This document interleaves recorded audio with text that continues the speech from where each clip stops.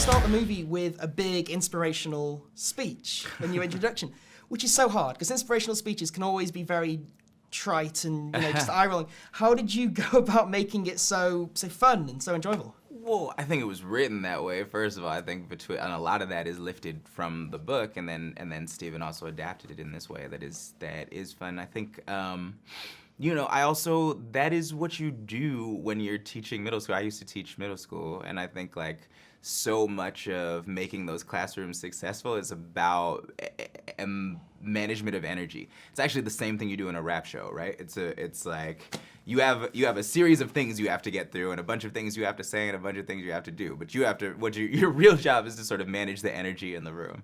And so I think for Mr. Brown, for me, it was very important to have him come in this way that sort of started the energy off in the classroom in the right place. That's what I was trying to do. Hopefully it worked out. When you were a teacher, were you a Mr. Brown type, or what was your teaching style? I hope so. I don't know. I mean, I think Stephen allowed for a lot of, he would sort of ask me about things that I would do when I teach, and we would start shooting for a lot of the montages. He would just sort of let me run around the class working with kids, so it was good in that sense. I think Mr. Brown, if you're a teacher, Mr. Brown is the teacher that you hope you were, or that you hope you are, and he's the teacher we all wish we had.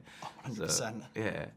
Because school is obviously it's a tough place. So seeing a teacher like that, the movie made me look back on my time at school so much more positively than you typically would as an adult. I think it did for me too. Yeah. I think it has that effect on adults in general, is that one of the things that it does so well is really draws you right back into that world and makes you appreciate all the victories that happen every day just by showing up, right? Exactly, and it must be wonderful to present that to kids, because the movie will play to kids, but working with those child actors, and you had a full class and a very different dynamic between each of the kids. Yeah. How was it managing that, and how was it just working with them? Jacob especially, he's wonderful. They're all such pros, and this was my first movie, so it was really mostly me asking them, what do you do during a break? And what is a honey wagon? And things it was really literally they taught me everything that I know about being in a movie I learned from 11-year-olds, So it was it was an incredible experience. They're also all such talented actors. I mean, Jacob, obviously,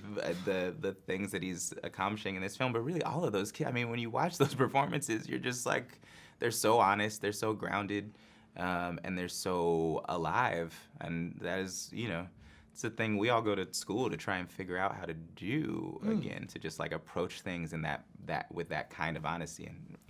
And one final question: you've got Snowpiercer, the TV series with Scott Derrickson. Yeah. What's the status of that? Because the cast is growing now, and whereabouts are you with that? Yeah, I don't know how much I'm allowed to say, but it's dope. It's really good. I'm very excited about it. The cast is amazing. Scott's obviously amazing, and shooting has been a truly wonderful experience. It's very cool.